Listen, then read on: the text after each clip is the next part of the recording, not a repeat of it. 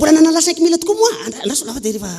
hitalay izy afaka 2 volana oay le tsy adiniko le ty le 5 000 hitalay izy afaka heritaona tsy adiniko le fika tsy adino fa any iny vola iny any iny ary ny olona anananao vola tsy adino le volana any aminao fa tsy anome izy nananao ohatriny tsy anome izy fa tsy adino iny tsy adiniko iny le ahana omeko any foana ka anisan'izany ty olona naka vola tamiko ty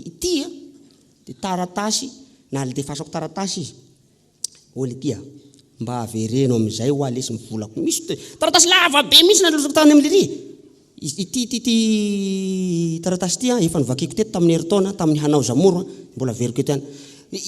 oly tia mba avereno lesy hoa raha samy anarany ry mba avereno lesy le volako any amin'ny lafa tena ohatra zao izy ty moa natao tamin'ny fihavanana neny fangalanilany le vola zao rehefa tena tsy ana de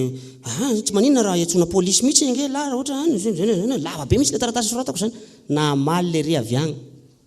toy zao ny mba taratasy nalefa ny rasamy tamiko rehefa nitakiko taminy ny volako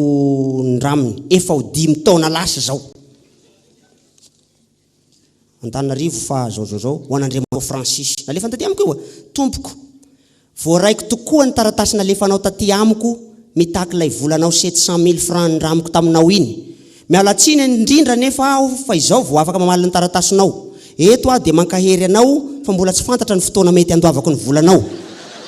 tsy ianao rery tokoa mantsy no manambola amiko fa misy maromaro ianareo hoy lay tsy mahay manisa ny an'ny sasany aza de avy 2 na 3 na 4 heny amin'ny anao toy izao mantsy ny fanaoko rehefa andoa volan'olona soratako amin'ny taratasy kely daholo ny anaran'ny olona manambola amiko de avy eo arotsako anaty satroka